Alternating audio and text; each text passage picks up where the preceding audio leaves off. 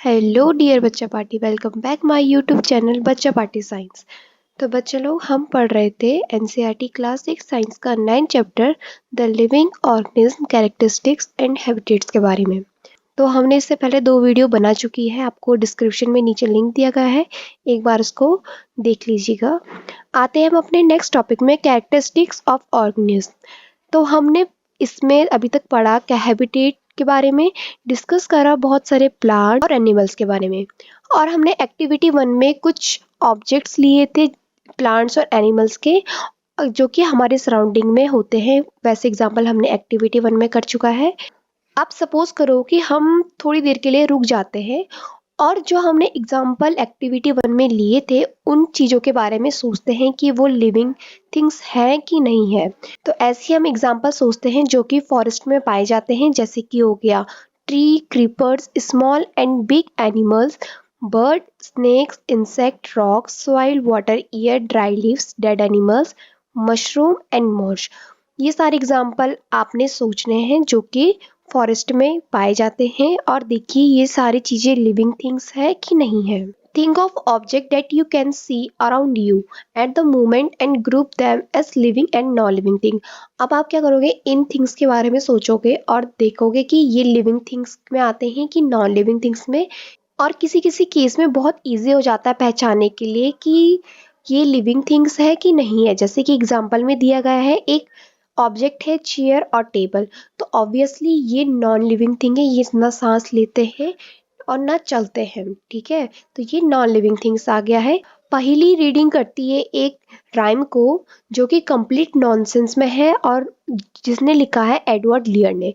तो नीचे ये आपको लेटर दिया गया है, वो ये चीज पढ़ती है, पहली and भूजो found the poem very funny because they knew that a chair and table not alive and it cannot talk and walk। अब वो जो राइम पढ़ रही है तो वो बहुत फनी रही होगी, तो पहली और भूजो हंसते हैं कि कैसी चीजें लिखी गई है। चेयर और टेबल तो नॉन लिविंग थिंग्स हो गई, तो इनको लिविंग थिंग्स की कैटेगरी में क्यों लिया गया है? ना वो बात करती है ना वो चलती है, तो ये लिविंग थिंग्स की कैटेगरी में क्यों लिया गया है? चेयर, टेबल, स्टोन और क्वाइन आर नॉट अलाइव। ये हमें पता है कि चेयर, टेबल, स्टोर और क्वाइन ये लिविंग थिंग्स में नहीं आते हैं। Similarly we do know that we are alive and so are all the people of the world. और उसी प्रकार हम जानते हैं कि हम जिंदा हैं, हम लिविंग थिंग्स की कैटेगरी में आते हैं। दुनिया में जितने भी लोग हैं वो भी जीवित है। We also see animals around us that are so full of life: dog, cats, monkey, squirrel, insect and many others। ये आपको कुछ एनिमल्स के नाम दिए गए हैं जो आपके आसपास होते हैं, इनमें भी क्या होती है, लिविंग होती है। How do we know that something is living? और हम कैसे पहचानेंगे कि कोई चीज लिविंग है? Often it is not so easy to decide. लेकिन ये बहुत इजी तो नहीं होगा हमें डिसाइड करने में कि लिविंग है कि नॉन लिविंग है। We are told that plants are livings but they do not move like a dog or a pigeon। अब देखो, जैसे कि हमें पता है कि प्लांट एक लिविंग में आता है, लेकिन वो कभी भी डॉग और पिगन की तरह इधर उधर मूव नहीं करता है। और दूसरी तरफ आपको कार और बस का एग्जाम्पल दिया गया है, ये मूव तो करती है लेकिन ये नॉन लिविंग थिंग के कैटेगरी में आता है। Plants and animals appear to grow in size with time. जो प्लांट्स और एनिमल्स होते हैं वो अपने ही टाइम में उनकी साइज की ग्रोथ होती है, but then at the time clouds in the sky also seem to grow in size. जब हम आसमान में क्लाउड्स को देखते हैं तो कभी वो बड़े होते हैं कभी वो छोटे होते हैं, उनकी साइज इंक्रीज डिक्रीज होती है। क्या ये क्लाउड्स भी लिविंग थिंग्स में आती है? No. So how does one distinguish between living and non living things? तो इन दोनों में डिफरेंस हम कैसे लेंगे, लिविंग है कि नॉन लिविंग थिंग्स है? Do living things have some common characteristic that make them very different from the non living thing? अब जो लिविंग थिंग्स है उनके कुछ कैरेक्टरिस्टिक्स लिए गए हैं जो कि बहुत डिफरेंट है नॉन लिविंग थिंग्स से। You are wonderful example of living being. तो ऐसे ही हम बहुत अच्छा एग्जाम्पल ले सकते हैं लिविंग बींग्स का। What characteristics do you have which make you different from non living things? तो आपको कौन सा कैरेक्टरिस्टिक्स दिया गया है कि आप बहुत डिफरेंट हो नॉन लिविंग थिंग्स से? List of few of these characteristics in your notebook. तो ऐसी ही कैरेक्टरिस्टिक्स आप अपने नोटबुक में उतारोगे। Look Add your list and mark those characteristics that you have listed which may also be found in animals or plants. जब आप अपनी नोटबुक में इन कैरेक्टरिस्टिक्स को उतारोगे तो ये आप देखोगे कि ये चीज एनिमल और प्लांट्स में भी फाउंड होती है. Some of these characteristics are perhaps common to all living things. और ये भी देखोगे कि जो कैरेक्टरिस्टिक्स होती है वो बहुत कॉमन होती है हर लिविंग थिंग्स में. तो आते हैं अब हमने नेक्स्ट टॉपिक में. Do all organism need food? क्या सभी ऑर्गेनिज्म को फूड की जरूरत होती है? और हमने चैप्टर 1 और 2 में पढ़ा है कि जो लिविंग थिंग्स होते हैं उनको फूड की बहुत ज़रूरत होती है और किस तरह से एसेंशियल होता है किसी भी एनिमल्स के लिए और हमारे लिए ये food. We have also learn that plants make their own food by the process of photosynthesis.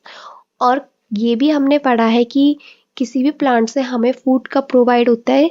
किस प्रोसेस से होता है? फोटोसिंथेसिस के प्रोसेस से होता है, तभी हमें फूड प्रोवाइड होता है.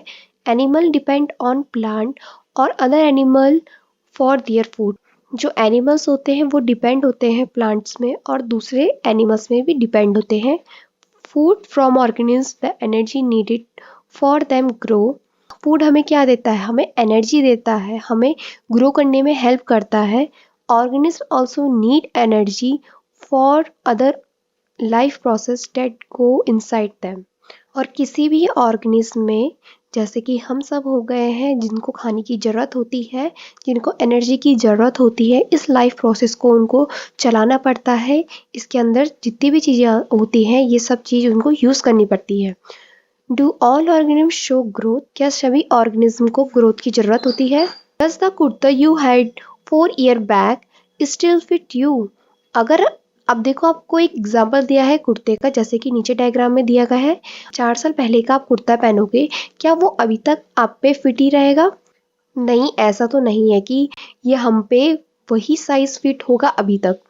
You must have grow taller during this year. हमारी ईयर वाइज हमारी ग्रोथ होती है. You can not realise it but you are growing all the time and in a few more year you will become an adult. आपको realise तो होता नहीं है कि हाँ हमारी ग्रोथ हो रही है, पर लेकिन ये हर साल होती रहती है और आपको क्या कर देती है? एडल्ट बना देती है. जैसे कि फिगर 9.10 में दिया गया है आपको नीचे डायग्राम्स.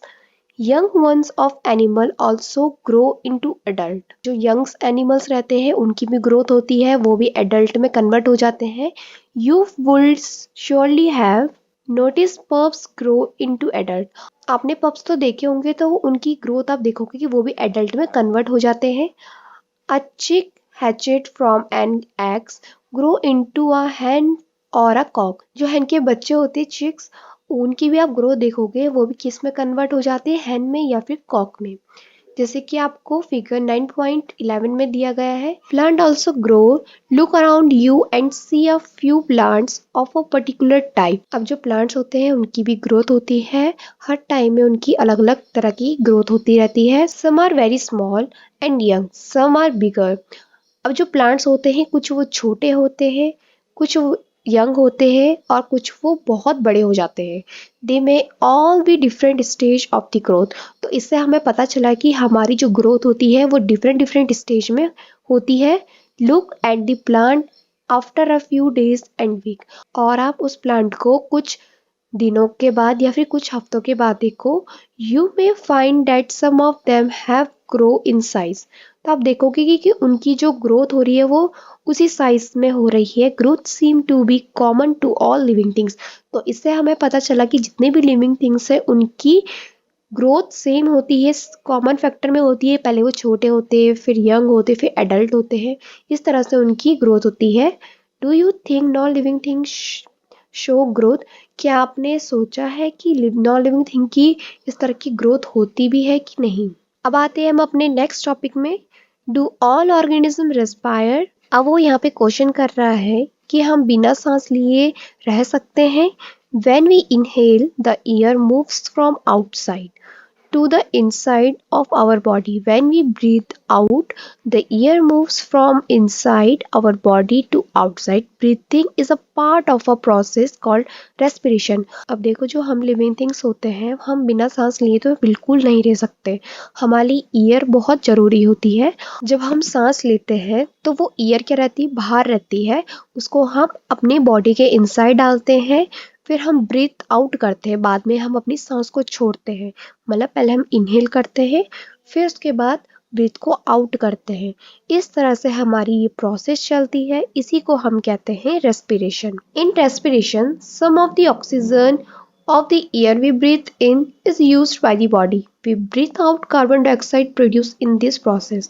अब रेस्पिरेशन में हम ऑक्सीजन को लेते हैं ताकि हमारी बॉडी में उसका यूज हो सके, और कार्बन डाइऑक्साइड छोड़ते हैं। तो ये प्रोसेस होता है रेस्पिरेशन का। The process of breathing in animal like cows, buffalo, dog और cat is similar to humans. जिस तरह से एनिमल्स ब्रीथ करती है उसी तरह से ह्यूमन बींग्स भी करते हैं, तो ये दोनों चीजें सिमिलर हुई।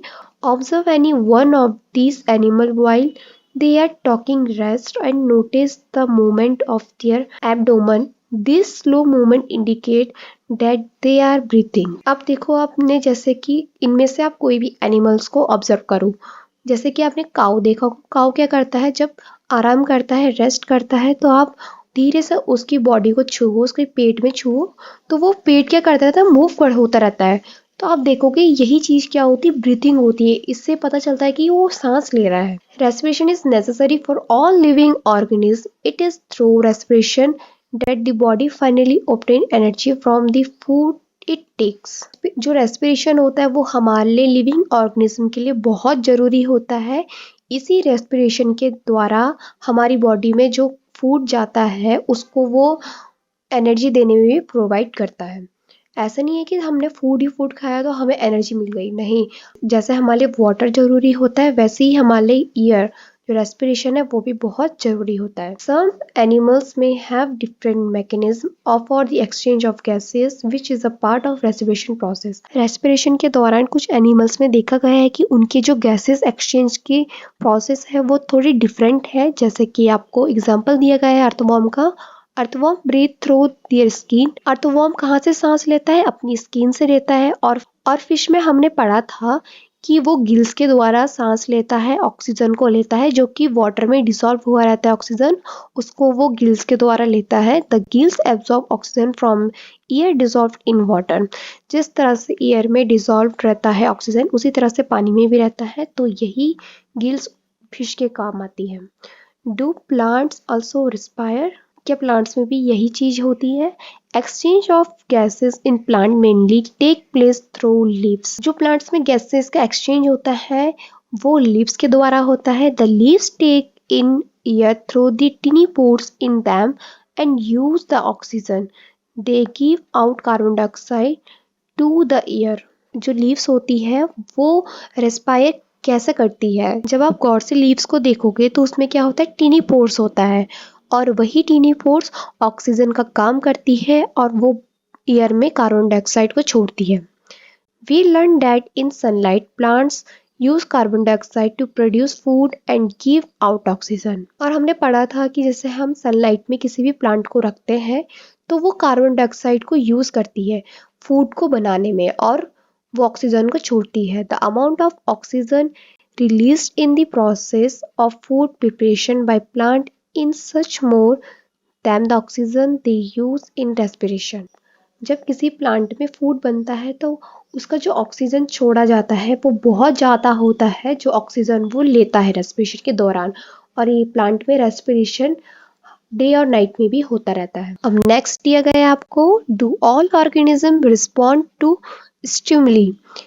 How do you respond if you suddenly step on a sharp object like a thorn while walking barefoot? सोचो कि आप ना नंगे पैर चल रहे हो और अचानक से आपका पैर किसी नुकीली चीज में पड़ जाए, तो आप कैसा रिस्पॉन्ड करोगे?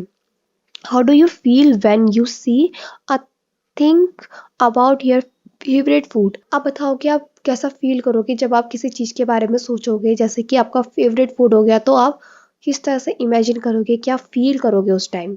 You suddenly move from a dark place into bright sunlight. What's happened? अगर आप किसी डार्क प्लेस से अचानक से सनलाइट में आ जाए तो क्या होगा, क्या उस टाइम रिएक्शन होगा आपका? Your eyes shut themselves automatically for a moment till they adjust to the change bright suddenly. अब आप सोचो कि जैसे कि आप किसी डार्क से और सीधा सनलाइट में जा रहे हो, तो क्या होता है कि आपकी आईज ना खुद ही खुद बंद होने लग जाती है और धीरे धीरे खुलती है, वो एडजस्ट करती है उस ब्राइटनेस को, उस सनलाइट में जहाँ हम बाहर निकलते हैं। Your favorite food, bright light, and a tone in the above situation are some example change in their surrounding. अब जैसे कि आपको ऊपर एग्जांपल दिए थे, जैसे कि फूड हो गया, ब्राइट लाइट हो गई और नुकीली चीज हो गई, तो ये सारी चीजें आपको सिचुएशन दी गई है कि क्या होगा इस टाइम, आपको क्या फील होगा। All us respond immediately to such change. जो आपको ऊपर एग्जांपल दिए गए हैं, आप उस एग्जांपल में उसी वक्त रिस्पॉन्ड करना शुरू कर दोगे। Changes in our surrounding that make us respond to them are called stimuli. अब स्टिमुली की डेफिनेशन दी गई है, ये मेन है, इसको ध्यान से देखिएगा। इसका मतलब होता है कि हमारे चारों तरफ कुछ भी चीज चेंज हो रही है और उसमें हम एकदम से रिस्पॉन्ड करते हैं, उसी को हम कहते हैं stimuli. Do other animals also respond to stimuli? क्या और एनिमल्स भी इसी तरह से रिस्पॉन्ड करते हैं? Observe the behaviour of animal when food is serve to them. और अब आप जैसे किसी एनिमल को फूड सर्व कर रहे हो तो उसको ध्यान से ऑब्जर्व करना है कि किस तरह से वो रिस्पॉन्ड करता है। Do you find them suddenly becoming active on seeing the food? आप देखोगे जैसे कि आपने फूड सर्व करा तो पहले वो एक्टिव हो जाएंगे, उसके बाद उस फूड को गौर से देखते रहेंगे। When you move towards a bird, what does it to do? अब देखो जैसे कि किसी बर्ड के आगे आप दाना डाल रहे हो तो क्या वो करेगी bird? Wild animals run away when bright light is flashed towards them. Similarly, cockroaches begin to move to their hiding place if the light in the kitchen is switched on at night. Can you give some more example? You response of their animals to stimuli. जब wild animals में bright light गिरती है तो वो भागना शुरू कर देती है। उसी तरह से जैसे कॉकरोच होता है, कॉकरोच क्या करता है, किसी हिडन प्लेस में रहता है और अचानक से वो बाहर आता है और किचन की लाइट ऑन हो जाती है, तो वो क्या करता है, उस फ्लैश लाइट को, वो जो ब्राइट लाइट गिरती है उससे वो भागना शुरू कर देता है और अपनी हिडन प्लेस में जाना स्टार्ट कर देता है। तो क्या आप इसी तरह से और भी एग्जाम्पल ले सकते हो? Do plants also respond to stimuli? क्या प्लांट्स भी रिस्पॉन्ड करते हैं स्टिमुली से? Flowers of some plants bloom only at night, in some plants flower close after sunset.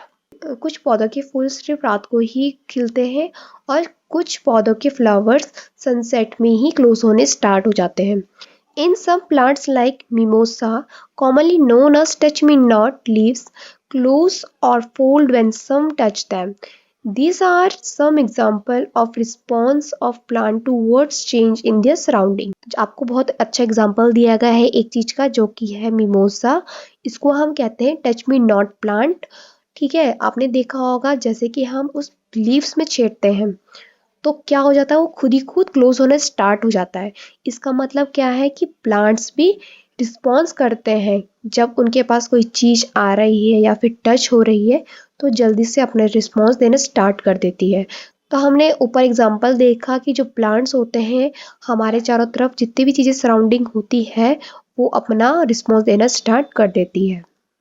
तो अब आती है एक्टिविटी 4। इसमें कहा गया है कि आपने क्या करना है, एक पॉट लेना है प्लांट का और उसको विंडो से थोड़ी दूर में रखोगे ताकि सनलाइट थोड़ी बहुत एंटर होते रहे, जैसे कि आपको फिगर 9.12 में दिया गया है नीचे डायग्राम। फिर कुछ दिनों तक उसमें आप पानी डालते रहोगे, फिर देखोगे कि वो प्लांट ग्रो कर रहा है कि नहीं कर रहा है, क्या उस प्लांट की ग्रोथ सीधी हो रही है, किस तरह से हो रही है, ये आप नोटिस करोगे।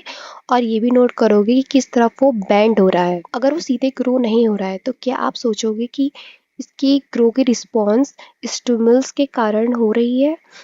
All living thing response to change around them. इससे हमें पता चलता है जितने भी लिविंग थिंग्स होती है हमारे चारों तरफ रिस्पॉन्ड करती है चेंज होने पे। मतलब देखो अब जैसे डायग्राम दिखाई दे रहा है तो वहाँ पे सनलाइट धीरे धीरे एंटर हो रही है, वो थोड़ी दूर में है पॉट, और जितने में उसको सनलाइट मिल रही है उतने में वो ग्रो हो रहा है उस तरफ के लिए मुड़ रहा है वो, और जितने में उसको सनलाइट नहीं मिल रही है वो वहीं पे अटका हुआ है। तो इससे पता चलता है कि ये जो रिस्पॉन्स हो रहा है वो स्टिमुलस के कारण हो रहा है। आते हैं हम अब अपने नेक्स्ट टॉपिक में, लिविंग ऑर्गेनिज्म एंड एक्सीक्रेशन। जैसे कि हम सबको पता है कि हर ऑर्गेनिज्म को फूड की जरूरत तो होती है, और जो हम फूड खाते हैं वो कम्प्लीटली यूज में भी नहीं आता है, कुछ कुछ पार्ट उसके यूटिलाइज होते हैं बॉडी में और कुछ नहीं होता है।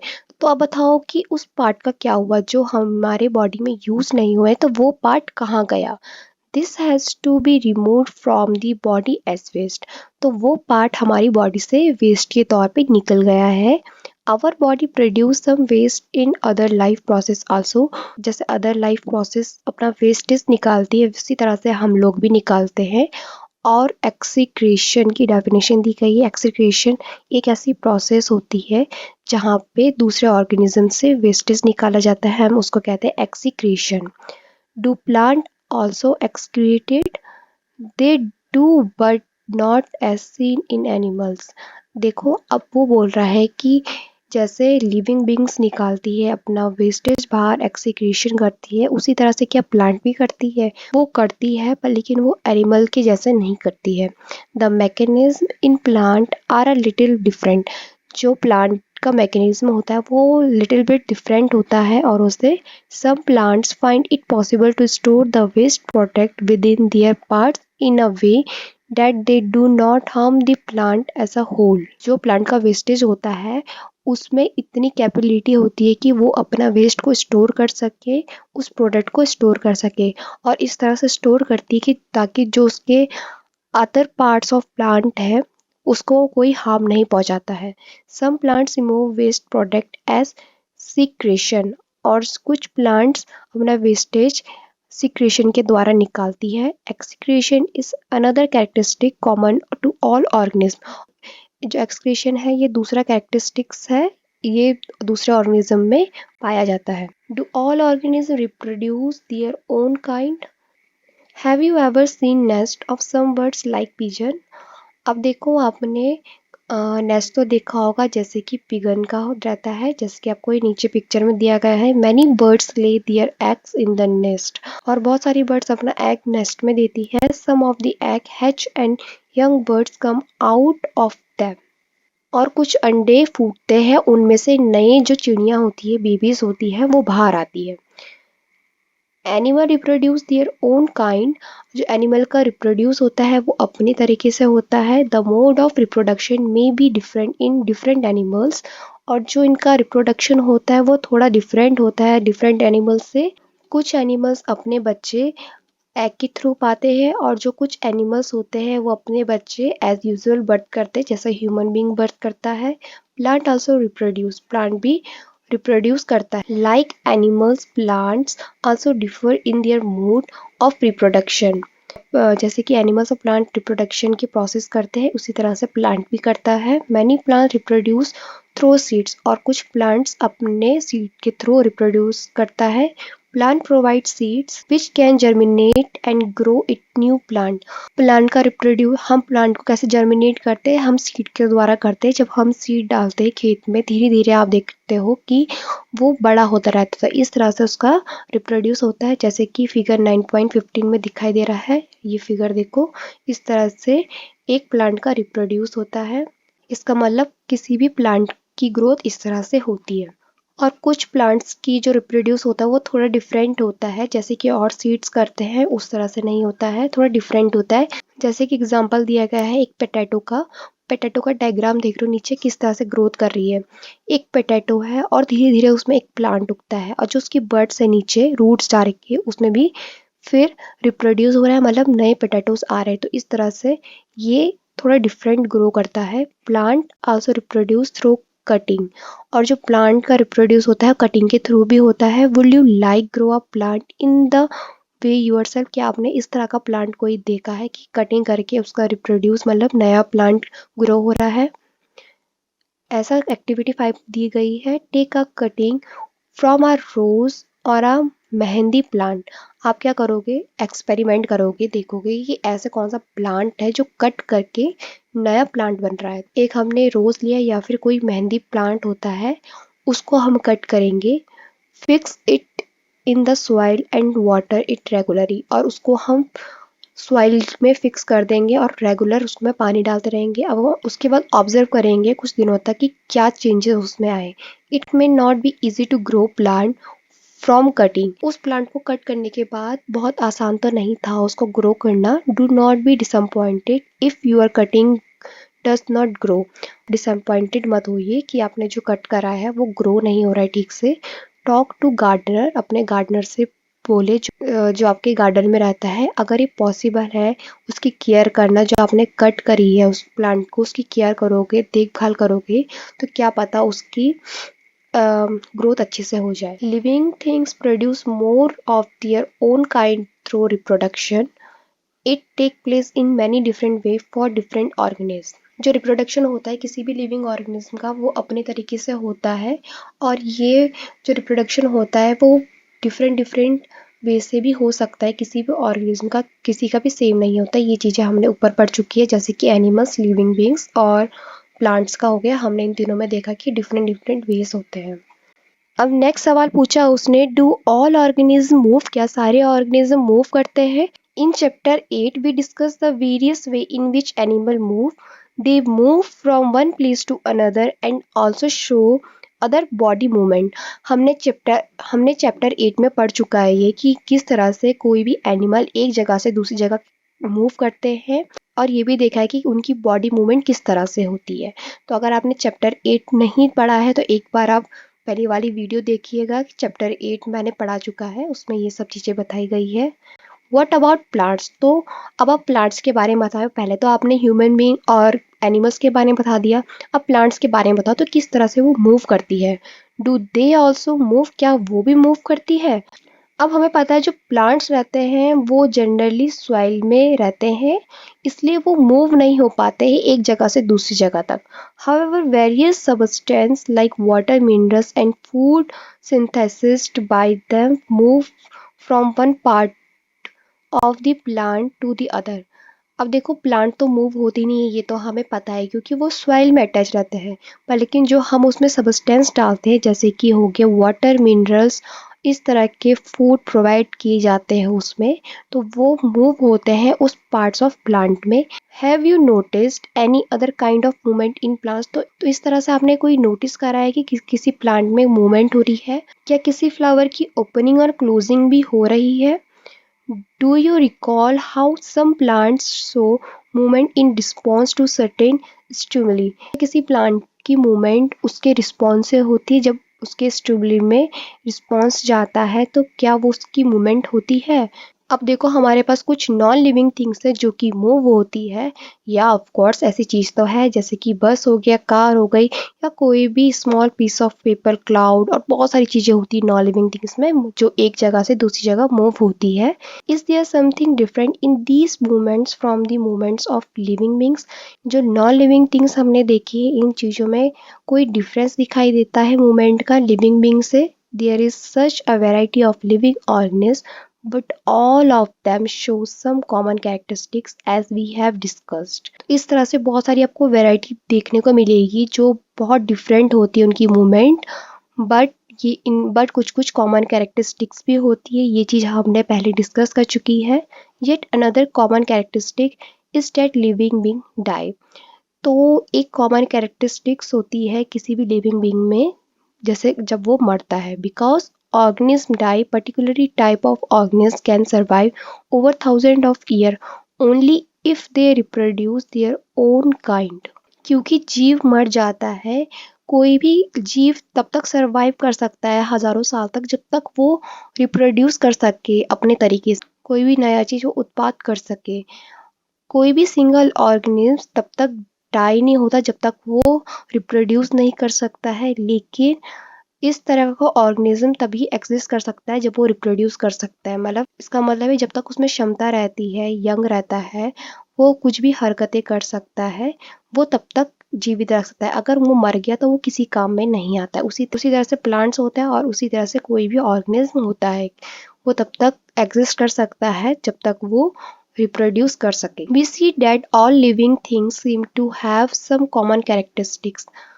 हमने ऊपर देखा है कि जो भी लिविंग थिंग्स होते हैं उनमें कोई कॉमन कैरेक्टरिस्टिक्स हो गए, जैसे कि उनको फूड की ज़रूरत होती है, रिस्पायर सांस लेने की, रिस्पॉन्ड टू स्टिमुल, कोई भी उनको जैसे रिस्पॉन्स करना है किसी भी चीज़ का तो उनके स्टिमुली से रिस्पॉन्स किया जाता है, रिप्रोड्यूस होता है, शो मूवमेंट, उनमें मूवमेंट दिखाई देती है, वो ग्रो होते हैं और मरते भी है। Do we find some non living thing that also show some characteristics? क्या हम लोग ये भी ढूंढ सकते हैं कि कोई भी लिविंग थिंग्स है उनमें यही सेम कैरेक्टरिस्टिक्स होती है? Car, bicycle, clocks and the water in the river moves. जैसे कि आपको ये नॉन लिविंग थिंग्स दी है, ये तो मूव होती है। The moon moves in the sky, और मून भी मूव होता है। A cloud draw in size right in front of our eyes, और हम देखते हैं कि जो क्लाउड होता है आसमान में वो धीरे धीरे कभी बढ़ता है कभी घटता है। Can such things be called living? क्या इन चीज़ों को भी हम लिविंग कह सकते हैं? Ask our self, do these objects also show all the other characteristics of living things? तो ये चीज़ हमें अपने आप से पूछनी चाहिए, जो ऑब्जेक्ट हमने देखे हैं, जो ऑब्जेक्ट हम बता रहे हैं, क्या ये सारी चीज़ें लिविंग में आती है? क्या इनको भी हम लिविंग थिंग्स की कैटेगरी देंगे? In general something that is living may have all the characteristic that we have discussed, which non-living things may not show all the characteristic at the same time। वास्तव में क्या होता है कि जो living things होती है, जो हमने ऊपर चीज़ पढ़ी कि वो उनको फूड की नीड होती है, सांस ले सकते हैं, कोई भी रिस्पॉन्ड, ग्रोथ, ये सारी चीज़ें तो हमने ऊपर देखी लिविंग थिंग्स में होती है, वो तो शो करती ही करती। लेकिन बात आती है जब नॉन लिविंग थिंग्स में, तो वो ये चीज़ कभी कभी शो नहीं करती है अपने टाइम पे। Is this always true? क्या ये हर समय सही हो सकता है कि लिविंग थिंग्स ये चीज़ें शो नहीं करती है? Do we always find that living things definitely show all the characteristic of the living that we have discussed? क्या हम हमेशा यही देखते हैं कि जो लिविंग थिंग्स होती इनमें ही ये कैरेक्टरिस्टिक्स होती है जो हमने ऊपर देखी है? Do we always find that non living thing में should only some of these characteristics and never all of them? और क्या हम यही चीज़ पढ़ते हैं कि जो नॉन लिविंग थिंग्स होती है उनमें कुछ कुछ कैरेक्टरिस्टिक्स तो होती है पर लेकिन वो ज़्यादा भी नहीं होती है, वो कभी शो नहीं करती है? To understand this is a little better, let us look a specific example। ये थोड़ा बहुत समझने वाली बात है, अब हम कुछ एग्जाम्पल में देखेंगे। कंसिडर एनी सीड, आप कोई भी सीड लो, जैसे कि मूंग हो गया, क्या ये लिविंग में आता है? It stay in a shop for month and show any growth और some of the other characteristic of life. अब देखो, वो जैसे कि मूंग हो गया, वो किसी शॉप में रखा गया है, कुछ मंथ हो गए उसको।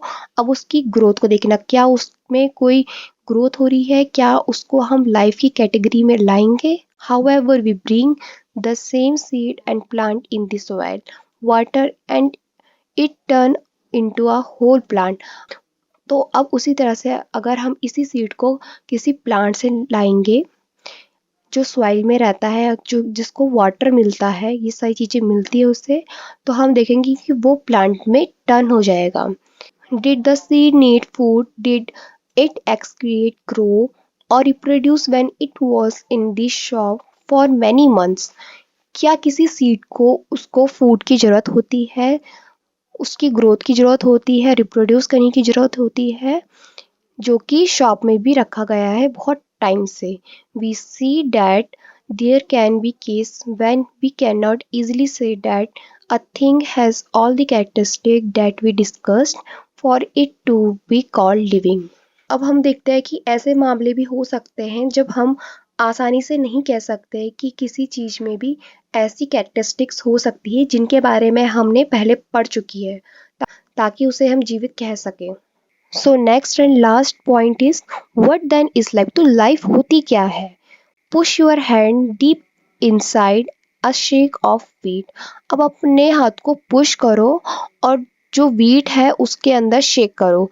Do you find it is warm inside? क्या आप जब आप ना व्हीट के अंदर हाथ डालोगे तो आपको कुछ फील होगा, क्या वहाँ कुछ गर्म जैसा लगेगा? There is some heat being produced inside the shake of wheat. तो हमें लगेगा कि कुछ हीट प्रोड्यूस तो हो रही है जब हम उसको शेक कर रहे हैं व्हीट को। The seeds respire and in that process give out some heat. तो इससे पता चलता है जो सीड है वो रेस्पायर हो रही है और उनमें क्या हो रहा है, एक दूसरे जब वो एक दूसरे में लग रही है उनमें एक एनर्जी प्रोड्यूस हो रही है, उनमें मतलब हीट प्रोड्यूस हो रही है। We see that respiration is a process that take place in seed even when some of other life process may not be very active। और इसमें हम देखते हैं कि जो सीड्स की रेस्पिरेशन हो रही है वो तब होती है जब उसमें कोई भी लाइफ प्रोसेस एक्टिव नहीं है, तब भी उसमें हमें फील होता है कि वहाँ पे एक हीट प्रोड्यूस हो रही है। It may not be very easy to answer our question what then is life. तो ये जो क्वेश्चन दिया गया है कि लाइफ होती क्या है, इसका आंसर देना बहुत मुश्किल है कि एग्जैक्टली में लाइफ होती क्या है। However look at all the diversity of living being around us, we can conclude that life is beautiful। हालांकि जो हम अपने चारों तरफ अलग अलग चीज़ें देखते हैं जैसे कि पानी हो गया, पहाड़ हो गए, बादल हो गए, ये लिविंग ऑर्गेनिज्म, प्लांट्स, ये सारी चीज़ें हम जब अपने चारों तरफ देखते हैं तो इसमें सिर्फ हम यही कंक्लूड निकालते हैं कि जो लाइफ है वो बहुत सुंदर है। तो आज का ये चैप्टर यहीं पे कंप्लीट होता है। आई होप आप सबको ये टॉपिक यहाँ पे समझ आया होगा। आज के लिए इतना ही। Thank you.